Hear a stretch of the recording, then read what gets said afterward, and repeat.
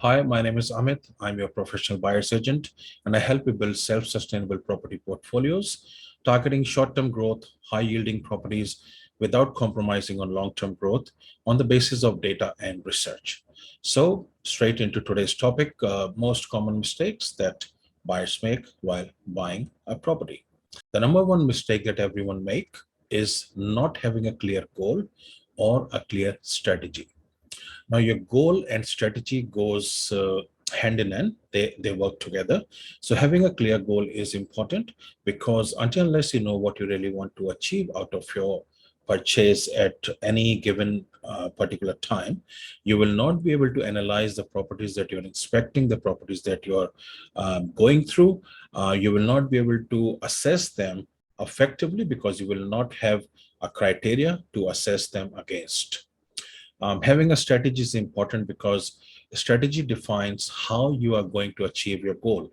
And having a clear set strategy will also help you understand whether a certain property is suitable to achieve that goal or not. So let's say, for example, your goal is to buy a property which you can subdivide at some stage in the future, and you want to just put an additional dwelling on the property and increase your equity and rental income at some stage in the future.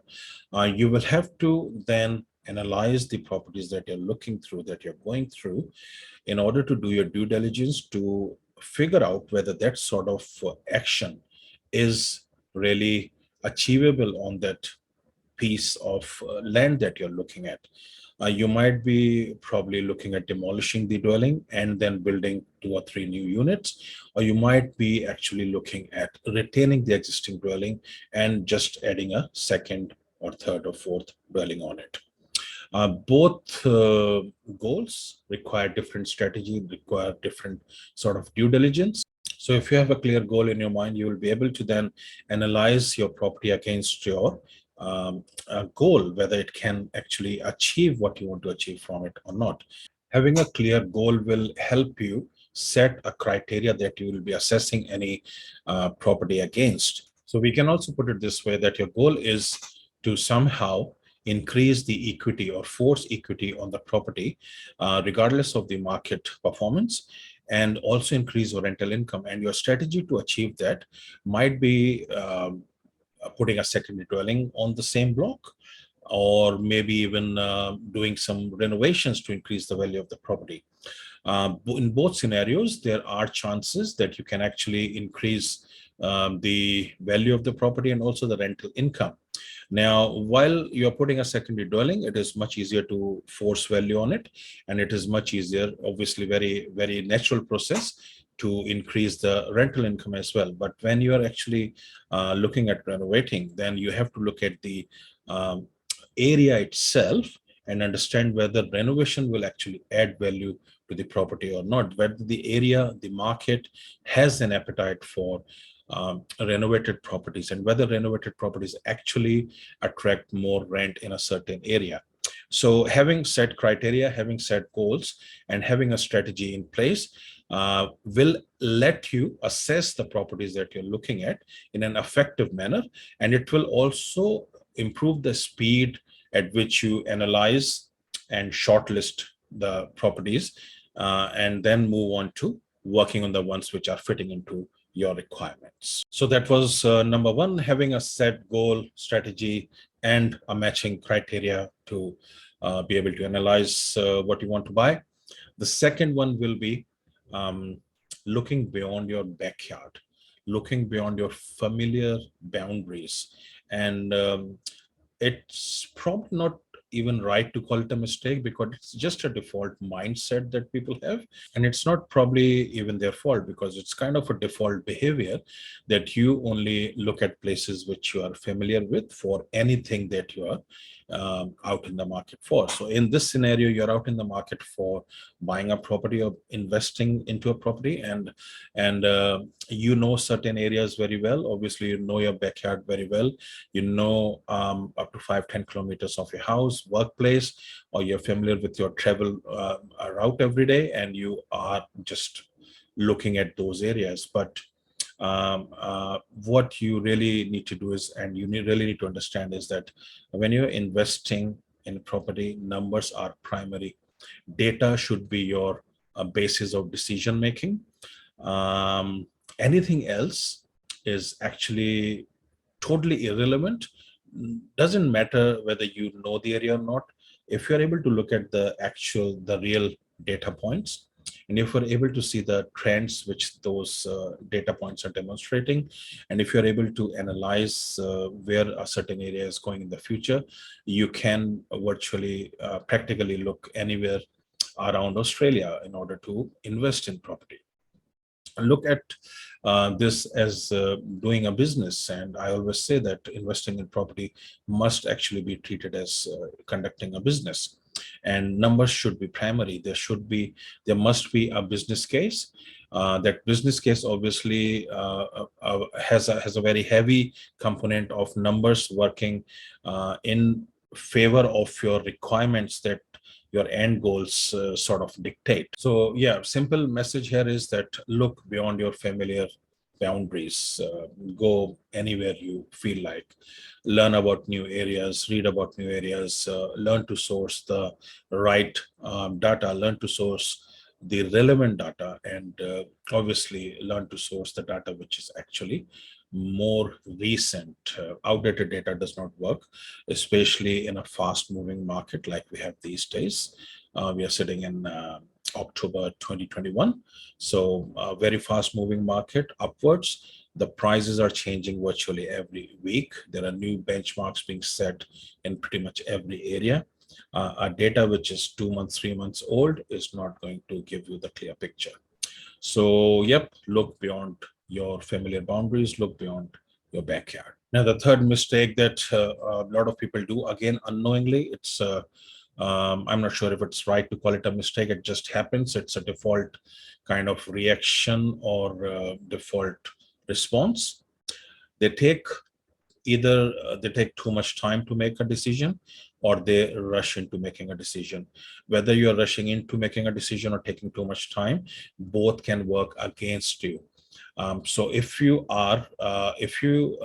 remember the first point, having a clear goal, strategy, and criteria will actually help you avoid this mistake as well. If you are prepared well in advance and you know what you're looking for, you will not have to wait too long to make a decision.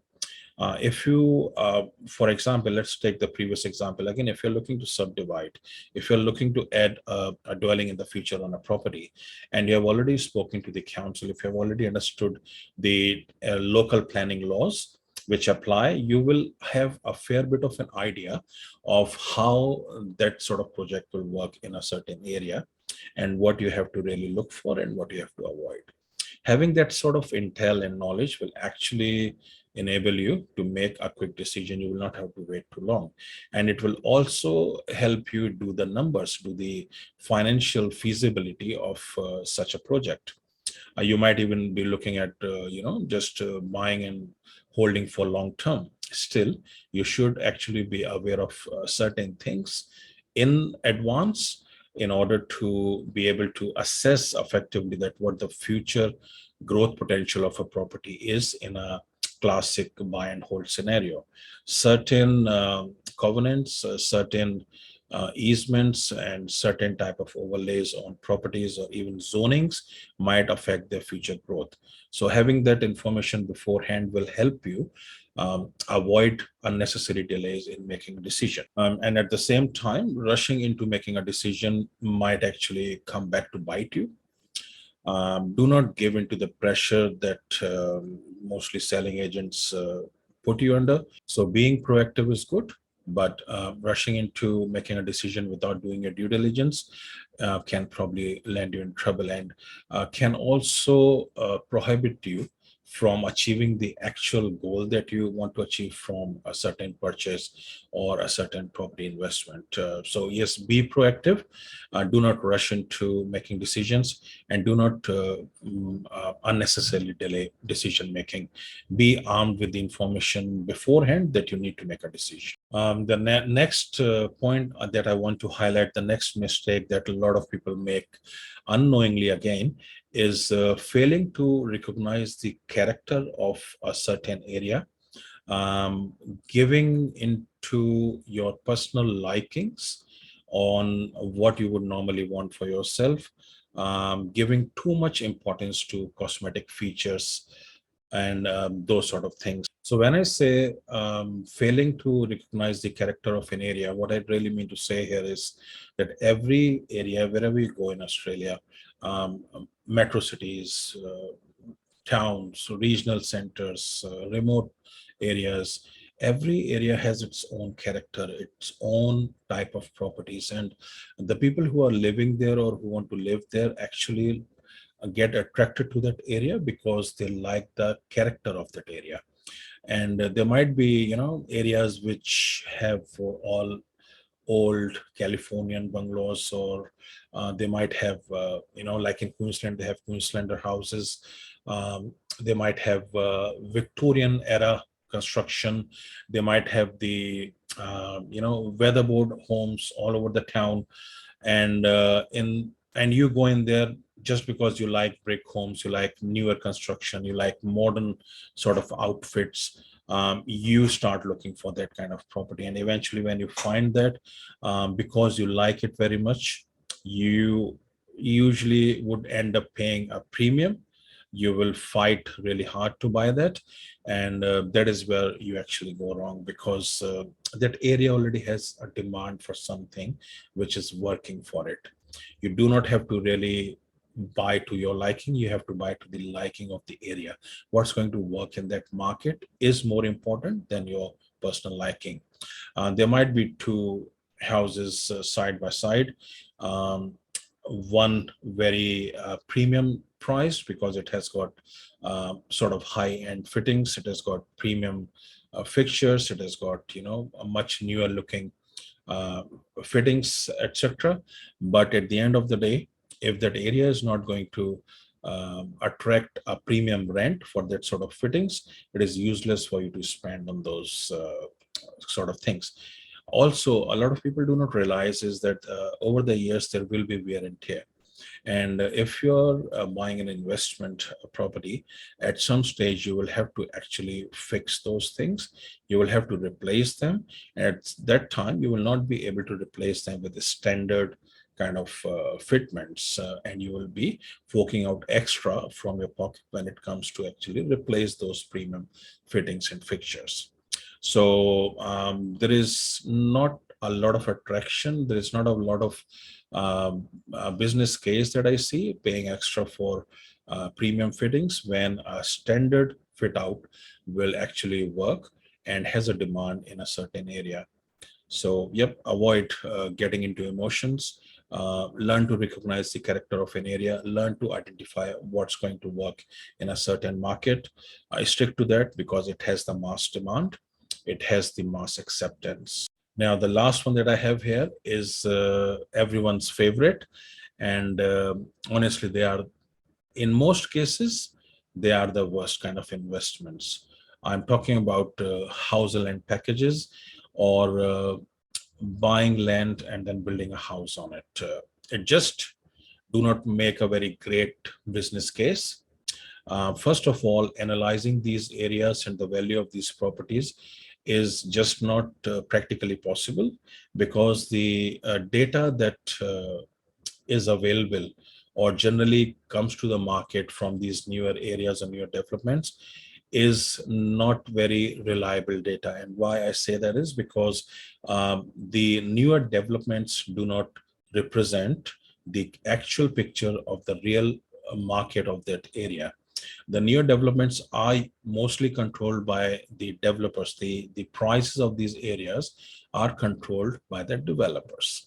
And with every stage release, they keep increasing the prices. Does not really mean that the prices are really going up in that area. So if you look at these kind of places, you will have kind of mixed data, and it does not represent the true picture of the area. So quantifying the value of what you're buying becomes a big challenge, and it's virtually impossible. So buying or building a new home, buying a land, building a new home, or buying a house land package is basically accepting whatever the value the developer or the builder is putting on those houses. You do not have much control over there. You spend a lot of time waiting for the product to get delivered.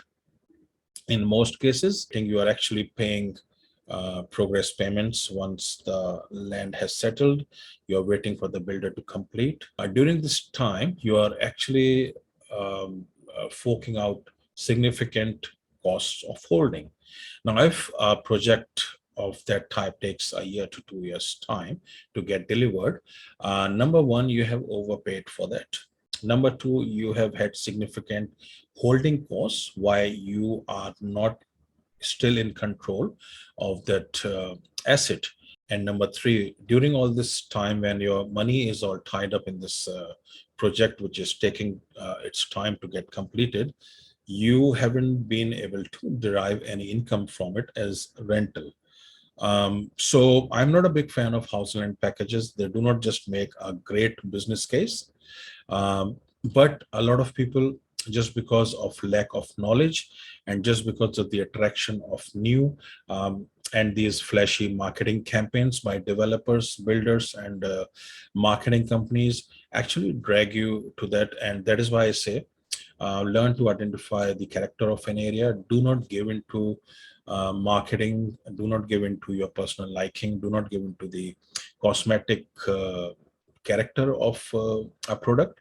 Look at its business case. So yeah, that is it for today. I hope you liked it. If you're really enjoying what you're watching, please do not forget to subscribe. It is a huge encouragement. And if you have any questions, comments, you're more than welcome to comment. And also, I'm open to also accept requests on producing content on specific topics or specific questions that you might have. So, yep, feel free to send in those. So, until next time, bye bye.